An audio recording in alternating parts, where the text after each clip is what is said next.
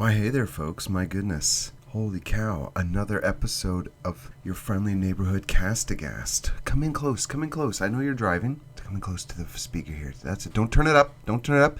Let's get intimate now. Because today, we got an unusual one.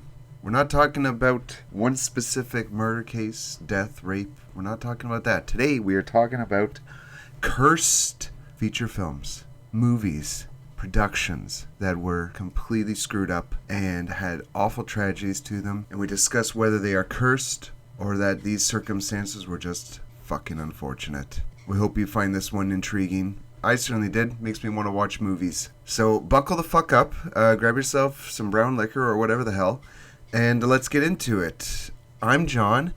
And I am Kat, who's playing video games and leaving me to all the editing of these videos once again. And this is Aghast.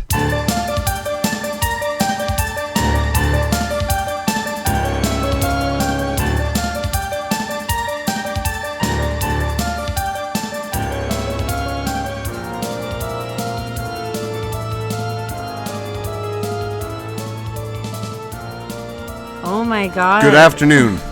We gotta blow the dust off of this mic. Stop bringing it up that we don't actually do our jobs anymore. And stop drinking when we're on the mic, for fuck's sakes. Hey. You don't have to edit this crap out, this clonk. I don't think anyone minds my swallowing noises. Yeah, boy, Some people pay money for that on OnlyFans. Maybe we're on the wrong business here. Oh my goodness gracious. Any hoozle. Oh fuck, what are we doing today? Something cool. Oh, finally. We finally are doing something cool. Shit, not rape and murder? A little something different today. Okay, perfect. Like what? Well, you'll find out when we start talking about it. Right, I like your natural reactions. None of this is staged, people. When I read to John, it's all natural. He doesn't know what story we're talking about, and by God, we're going to keep it that way. And thanks to your dyslexia, by the end of it, I really don't know what we're talking about. I have to edit out the dyslexia. Here you go. She's drinking again. Oh, keep that one in. God almighty. All right. How will you give us our disclaimer? All right, I'll give us our disclaimer. Put on the fucking music. Hey, folks. We here at Aghast have a lighter touch to true crime. The lightest touch you could possibly fucking imagine. We're like that one Halloween. You were 12 years old, and you finally got home after going through many blocks, many houses where they offer treats, and you dig through, and your mom is one of those capital bitches who only lets you have three treats once a day, and you basically are eating out of that thing for 7 months. You're pretty sure the fucking candy expired by then, but that's the way it is because you grew up in a horrible household. But regardless, 3 treats, and you got 3 treats that night, and what do you pull out? A pack of Rockets, a Tootsie Roll, and oh my god, a Werther's Original. Your mouth is watering because you want real candy. Instead, you gotta sit there and watch Halloween 3, Season of the Witch, not understanding where this sits in the Michael Myers franchise, sucking on a Werther's Original, dreaming about your grandma, and your breath smells like her now. We are like that Werther's Original, tossing around in your tongue. Clanking around. Clanking around in the youthful mouth of podcasts in the child of true crime. And the reason we have to have this air of levity is because true crime sucks. It always has and always will. Don't fool yourself. We gotta go to fucking work. So if you are not a fan of making fun of, ridiculing, belittling murderers, rapists, their families who created them, and all the other bastards who made it easier for them to do what they did, if you don't like that, you're a clown and a fool and your elbows are up and I hate you. With the passion of 1,000 suns. Whoever you are, you know who you are. You blue-haired fuck. For the rest of you, you're courageous and patriotic and amazing, and you're intelligent and you can read. And we welcome you, and we hope that you get out of this podcast whatever you're looking for. And bless your hearts, good luck, drink up, drive home safe, and let's get into it. Beautiful. And I don't want to drone on too long because this one is a longer one, but I just want to add, if you're a child of the 80s or of the early 90s, we all know that every household had that one big bowl that was used as a foot bath, a barf bowl, and a popcorn bowl for family movie night. And that said bowl was also our Halloween candy bowl. Oh my God. Do you remember like going to like houses and they would hand you toothbrushes? Yes. And I literally took my pitchfork and killed those people. Do you remember walking around with the little cardboard UNICEF box around your neck? Yes, the UNICEF. But I remember my mom being like having right at the front door a little table with the Halloween candy and then like a separate little table with a giant bowl of pennies for UNICEF. Pennies. Mm-hmm. You ready? What does UNICEF stand for? Today's episode is about to start. Okay. All right. Get on with the goddamn show. Today, we're looking at 7 film productions with dark histories. Okay. And we'll be asking one question the whole way through. Are these just a series of awful, explainable events, or is there something else going on? I think something else is probably going on, but that's just me. All right, so let's start with one of the most famous so-called curse sets in Hollywood, the Poltergeist. I thought the most cursed set would be like Debbie Does Dallas. Oh my gosh. Mosquito ever suck on you, son? I don't know, Dad. Poltergeist, released in 1982, is about a nice little suburban family whose home becomes a portal for angry spirits. Yeah, because they didn't do a land acknowledgement when they took the house over. I would like to acknowledge that we are gathered on the unceded territory of the Algonquin. The movie is funhouse horror on the surface, living room chairs sliding on their own, creepy clown doll in the bedroom, but the real horror started after the cameras were off. The first major tragedy tied to this film was Dominic Dunn. She played Dana, the teenage daughter. In October of 1982, just a few months after the movie came out, she was attacked outside her home by her ex-boyfriend. She was strangled, fell into a coma, and died days later at only 22 years old. Jesus, you can actually like strangle someone and they will live and die days later? And That's crazy. We did cover this case, so if you'd like to listen to it, it's linked in the show notes. Oh, I completely remember. It was sudden, violent, and it sent a shock through Hollywood. People started whispering curse right there. Then you have Heather. O'Rourke. She's the little girl everyone remembers from the films. Blonde hair, big eyes, and her famous "They're here" line from the movie. Oh, I think I know who you're talking about. The one who was married to... No. No. Heather starred in all 3 original Poltergeist films. In 1988, right before the release of Poltergeist 3, she got extremely sick. She went into septic shock due to an undiagnosed congenital intestinal blockage. She died during an emergency surgery. She was 12 years old. Shit. Her official cause of death was complications from that intestinal condition leading to sepsis. How does that happen? Like, holy cow. That one hit the public hard. Because she was the face of the franchise, people didn't call it coincidence anymore. No kidding. Julian Beck, who played the terrifying cult leader Reverend Kane in Poltergeist 2, died in 1985 from stomach cancer. He was already ill while filming. Will Sampson, who played Taylor, the medicine man, in the same sequel, died in 1987 from complications after surgery related to chronic illness. Both of these deaths were medical, but because they happened so close together and so close to Heather's death, people rolled them all into this poltergeist curse. People also point to a bunch of other strange footnotes. Cast member Lou Perryman, who had a smaller role in the first film, was murdered in 2009 in his home in Texas. Another actor connected to the franchise, Richard Lawson, survived a plane crash in 1992 where other passengers died. Wow, that was lucky. And then there's the rumor, and this one always comes up, that the production used real human skeletons in that muddy pool scene at the end of the first movie, because real skeletons were cheaper than making fake ones at the time. Multiple cast members have said yes, that was true. Real skeletons, which if you're trying not to get haunted, is honestly not the right move. Whose skeletons did they use? Like, did they get were they uncredited? So by the late 80s, you're looking at a young actress murdered, a child star dead at 12, 2 major supporting actors dead of illness, plus a bunch of scary almosts. 4 lead cast deaths in about 6 years. That's why people still bring up the Poltergeist curse. Now, is that supernatural? You can absolutely argue that most of it has an explanation, but from the outside, the pattern feels wrong and it feels heavy. It feels like the movie wasn't fiction anymore. And Poltergeist wasn't the first time people said, okay, something is following this film. We're going to talk about The Exorcist now. Yeah, The Exorcist. That's damn good shit. You know what she did? Your canting daughter? The Exorcist came out in 1973, directed by William Friedkin, based on William Peter Blatty's novel, which is a great novel, by the way, highly recommend. Absolutely. And it already had religious controversy just from the topic. A possessed child, priests battling literal demonic evil, and churches condemned it. People reportedly fainted and threw up in the theaters. Some theaters had to bring in barf bags. But what really cemented the curse talk was what happened while they were making it. First, the fire. While the crew was filming in New York, a massive fire ripped through the interior set that was built to be the McNeil family home, Reagan's house.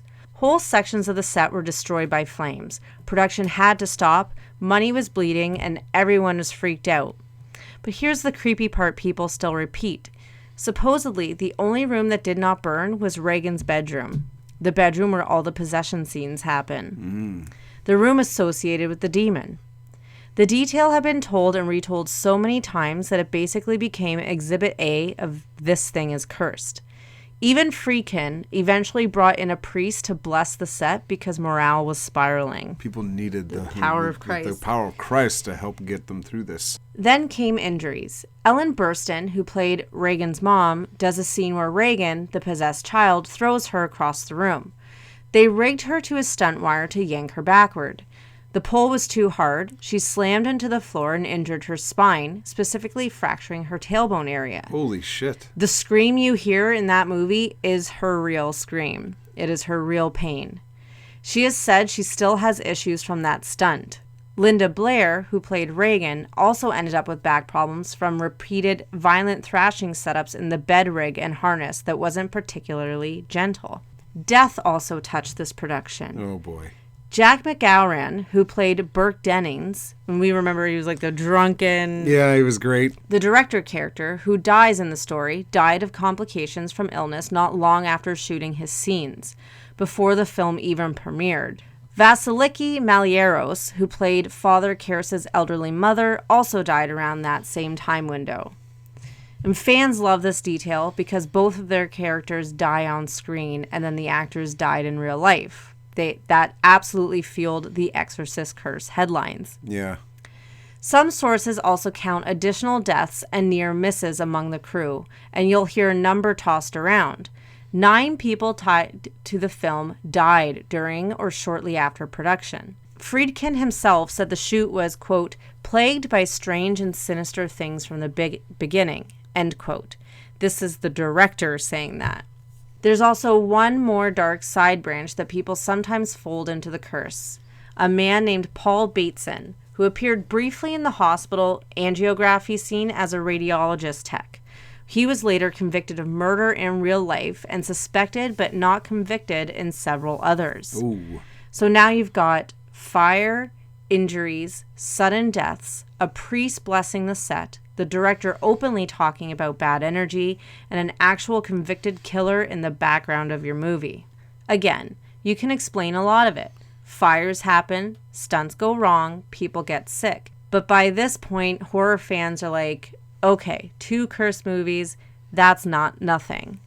But the conversation about cursed films didn't actually start in the 70s. It really roots itself in 1968 with a movie that basically made Satan mainstream. We're going to talk about Rosemary's Baby. And what a baby it was. It was a bouncing baby boy. They cooked and ate several young children, including a niece. Oh, lovely. Rosemary's Baby was directed by Roman Polanski It was disgusting. and released in 1968. It's about a young woman who slowly realizes she may be carrying the devil's child. It's paranoia, gaslighting, satanic cults, all of that. And a great film. And Yeah. the show was great. It was good too. It got canceled, but I liked it. Yeah, it's like living next door to liberals. And it was huge, a massive success, huge cultural moment. It basically opened the door for modern satanic horror in film. But what came after is where people say this is the real curse. First, the people behind the film started to fall apart personally and physically. The producer, William Castle, started getting hammered with hate mail from religious types saying he invited evil into the world. He collapsed with severe health problems, kidney issues, and fear-related stress. Oh. And he became obsessed with the idea that the film was cursed. He actually believed it. He openly talked about it, and he said that he thought the devil didn't appreciate the movie being made and was punishing him. Then the film composer, Christoph Komeda, he's the guy responsible for that creepy lullaby theme, suffered a head injury after a fall not long after the movie and went into a coma. He never recovered, and he died in 1969. Oh, shit. To people involved with the movie, this felt like more proof. And then the most infamous tragedy, Sharon Tate. Yeah. Sharon Tate was Roman Polanski's wife. She was 8.5 months pregnant. In August of 1969, she and 4 others were murdered in their home by followers of Charles Manson. It was brutal and it was high profile, and it basically ended the peace and love fantasy of the late 60s in Hollywood. Tate's murder shook the entire industry and still haunts it. This is less than a year after Rosemary's Baby. Fans and tabloid media immediately tied that to the film. In Rosemary's Baby, you have a young woman manipulated by the people around her whose pregnancy becomes a sight of horror. Then, in real life, the pregnant wife of the director is killed by a cult. People said that that was beyond coincidence. Some even pushed the narrative that Polanski had somehow, quote, invited darkness in, like it was a trade. The rumor is gross, but it's stuck. And, you know, it's an unfair rumor. Yeah. So when people talk about cursed movies, Rosemary's Baby is always on the list because you've got catastrophic outcomes hitting multiple key people, producer, composer, director's family, all in a very short window of poking at satanic subject matter. And that created the template. You make a movie about the devil hits back. Which brings us directly to The Omen. The Omen. I saw its mother. You're referring to my wife. The Omen, released in 1976, is literally about the Antichrist being born and raised by an unsuspecting, politically connected family. From almost the beginning of production, things got weird. Gregory Peck, who plays the father, flew to London for filming. His plane was struck by lightning over the Atlantic. That's already unsettling. But within days, the film's producer, on a separate flight, also reported his plane getting struck by lightning on the way to England. So now you've got 2 different members of the core team, 2 different planes, both hit by lightning. People started calling that an omen because of course they did. Yeah, that's a pretty big coincidence. There were animal attacks. In one famous scene, the characters drive through a zoo and baboons swarm and go berserk at the car. Behind the scenes, it was actually dangerous. The baboons were extremely agitated, the actress in the car was legitimately terrified, and the handler who had been working with the animals was reportedly killed by a big cat shortly after. Where did that big cat come from? The detail gets repeated in a lot of Omen curse documentaries. The animals went violent in real life, and someone paid with their life. There's also the decapitation story. Oh boy. A special effects artist on The Omen, John Richardson, helped create one of the film's most infamous kill, a character getting decapitated in a car accident. After production wrapped, Richardson and his assistant Liz Moore were in a real-life car crash. He survived, she didn't. Reports say that she was killed in a way that paralleled the movie. Decapitation. And that this happened on Friday the 13th. Oh, of course it did. People have told and retold that story for decades as if the movie literally echoed itself back at the crew. And it just keeps stacking. Near misses, crashes, and bad luck. The producer supposedly started wearing a cross on set because he was convinced that if you're going to make a movie where you expose the devil is not going to roll over and let you distribute that worldwide. This is an actual quote-style sentiment attached to this production. And again, we're in this zone where every incident reinforces the mythology. Lightning, animals going feral, fatal car wrecks that mirror staged kills. The Omen basically came pre-packaged for curse talk. But with the next film we're going to cover, it stops feeling spooky and it just becomes straight up tragic. The Crow. The Crow. What are you supposed to be, a clown or something? Sometimes. I love this movie. Yes, it's so it's goddamn so good. The Crow, released in 1994, is a revenge story. It's gothic, it's grief-soaked, and it stars Brandon Lee, the son of Bruce Lee. During production, Brandon Lee was filming a scene where his character is shot. Hollywood standard is you use prop guns, which are either modified to fire only blanks or carefully managed weapons with dummy rounds. Something went wrong. A fragment of a real bullet or a dummy round was left lodged in the barrel from an earlier setup. When the blank charge was fired from the scene, it propelled that fragment into Brandon Lee like a live round. He was hit in the abdomen, he was rushed into surgery, and he died hours later. He was 28 years old. Oh, shit. It still sucks every time. I know. That is not an urban legend. That is the official account of what happened. This is one of the most infamous on-set deaths in film history, and it instantly cemented The Crow as cursed in a way that wasn't just weird energy, but actual negligence and death. And people layered another story on top of that. Brandon's father, Bruce Lee, also died young and unexpectedly in 1973, which already had its own cloud of speculation around it. So fans started calling this a family curse. Brandon dies making a movie about a murdered man who comes back from the dead for vengeance. You can see how this fed into the legend. But the Crow set had other problems even before that. Crew members had serious accidents. An electrician was badly burned in an on-set mishap. A construction worker got injured. There were reports of freak weather destroying equipment. So by the time Brandon Lee died, people were already saying the production felt wrong. And unfortunately, that's not the only movie where death happened while the camera was rolling. Let's talk about The Twilight Zone, the movie. You want to see something? You bet. Really? Yeah. Okay, pull the car over. Pull the car over? You want to see it? Well, show me while I'm driving. No, I can't. I can't tell you about it. So only take a couple of seconds. All right, 2 seconds, okay? Okay. Oh, yes. I think I've heard about how fucked up this is. Twilight Zone, the movie, came out in 1983, and it's an anthology, different directors of doing different segments inspired by the old TV series about moral horror and cosmic irony.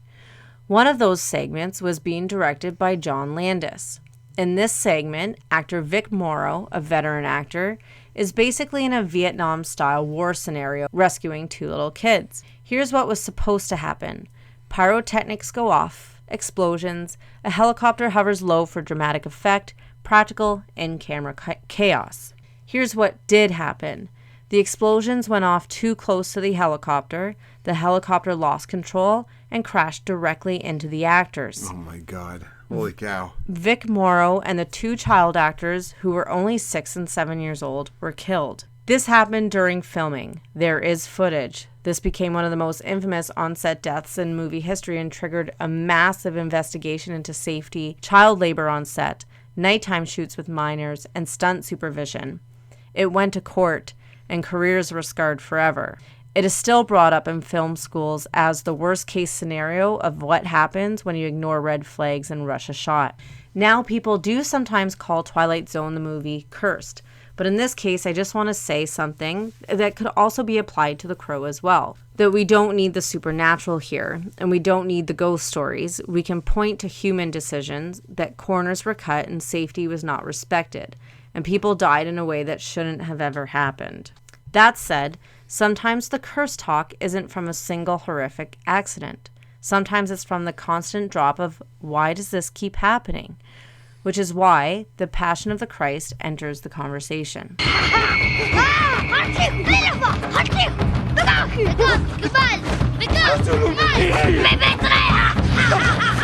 This is such a great movie. I haven't seen it, but I want to. The Passion of the Christ was released in 2004 and directed by Mel Gibson. It's a violent, graphic retelling of the final hours of Jesus' life, and it became a cultural event. Whether you loved it or hated it, everyone had an opinion. Yeah, some people's opinions were bullshit. The production itself picked up a weird little mythology. For starters, the actor who played Jesus, Jim Caviezel, was injured multiple times.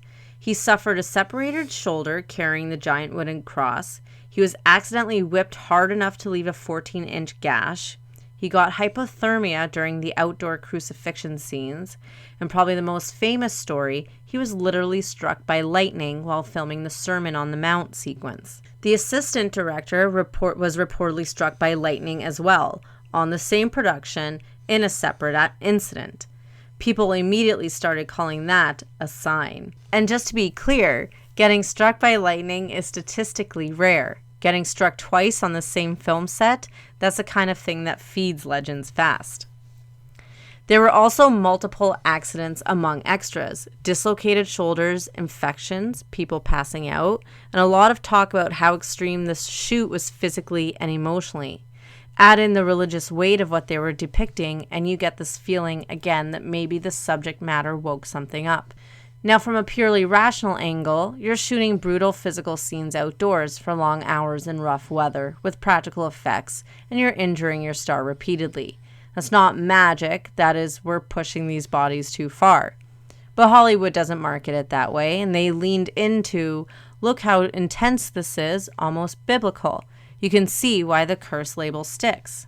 So, are these movies cursed? Yes. And here's where I land. Yes. Sometimes curse is a coping mechanism.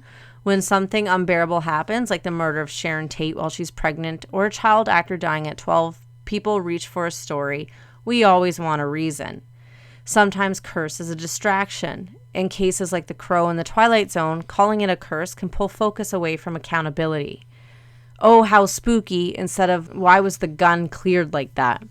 Or why were two little kids on a live pyrotechnic helicopter set at night? And sometimes curse is just branding. Horror films sell better when you can say people fainted in theaters, or a priest had to bless the set, or real skeletons were used. Studios know that and they absolutely feed off of it. But when you line them all up back to back, it's hard not to feel a chill. You've got a fire demolishing a set, except for the demon's room in The Exorcist. You've got lightning hitting multiple planes on The Omen. You got an effects guy walking to a car crash that looks just like the kill he literally designed.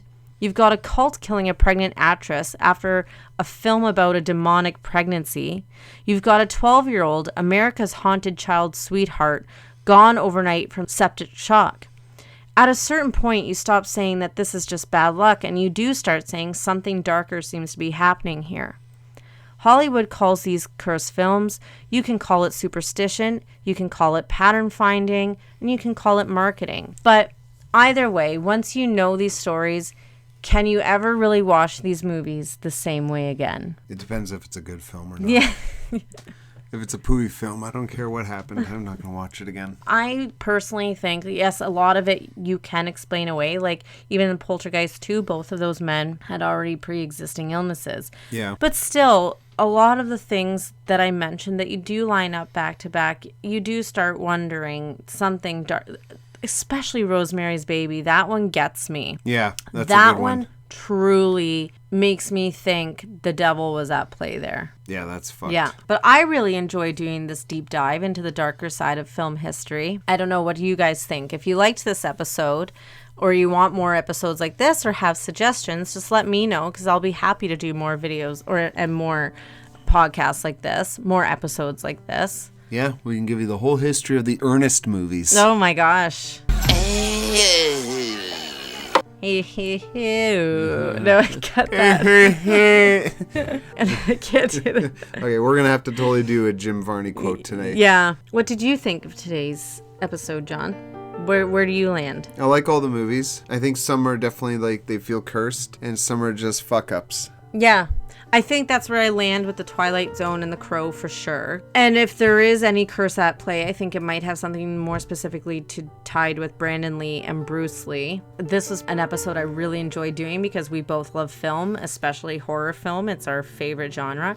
There was honorable mentions for sure, but I kept those out because I thought if we ever did a part 2, they would fall in nice in there. Surprisingly, I didn't see anything about Suspiria, which I thought I would. Yeah, Suspiria's such a good movie. Occult. when you start messing with the occult, I feel like that's when you're inviting some scary things from down below. Yeah. But maybe I just have to dig a little further. But yeah, it wasn't one that was really coming up in much of the research of cursed films. But there were some good honorable mentions that I would love to cover if you enjoyed this episode. Would you like to do a quote, or do you have more to add? No, I have nothing more to add. Let's do a quote. They're great films. I'm going to watch them again and again and again throughout my life. But tonight we're going to watch Hell House Lineage. All right, let's all take a moment to contemplate and muse over the musings of his varnishedness, James Varney. I like to sing. I write music, country songs. You have to if you're in Nashville. It's part of the lease. You sign a lease and that says, I will write country songs and pay my rent on time. Amen. That was a terrible Jim Varney impression. Hey. But I'll keep working on it for the next two. It was a good southern twang you had. We gotta watch Ernest Rides again. Yes. No, I don't like that one. That's a good one. No, Ernest Goes to Jail. It's the best one. I have that. We own that one on DVD. Your butthole's gonna go to jail. All right, folks. Thanks for showing up and listening to this. Thank you for being patient with us. And we'll catch you next time. Yes. Until then, stay safe, hold your people close, and if you're a filmmaker, please do not bring real skeletons to the set. Yes. All right. Thanks, folks. Adios. Drive home safe. Drink up. Ciao. Bye. You can check us out on YouTube at Catam Concoction. That's CATAMCONCOCTION. And on Instagram at cast_Aghast. Remember, there's a silent H.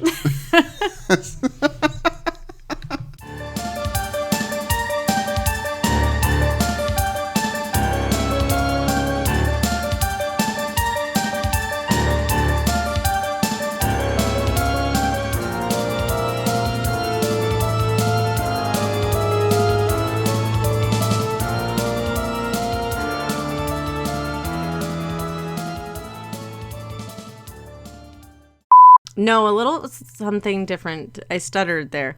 Poltergeist, released in 1982, is about a nice little suburban family whose home becomes a portal for... Becomes a portal for angry spirit. Then you have Heather O'Rourke.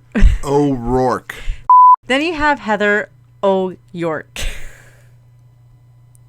This poor girl's dead. Then you have Heather O'York. It's like Mickey Rourke, except Mickey O'Rourke. See? O'Rourke.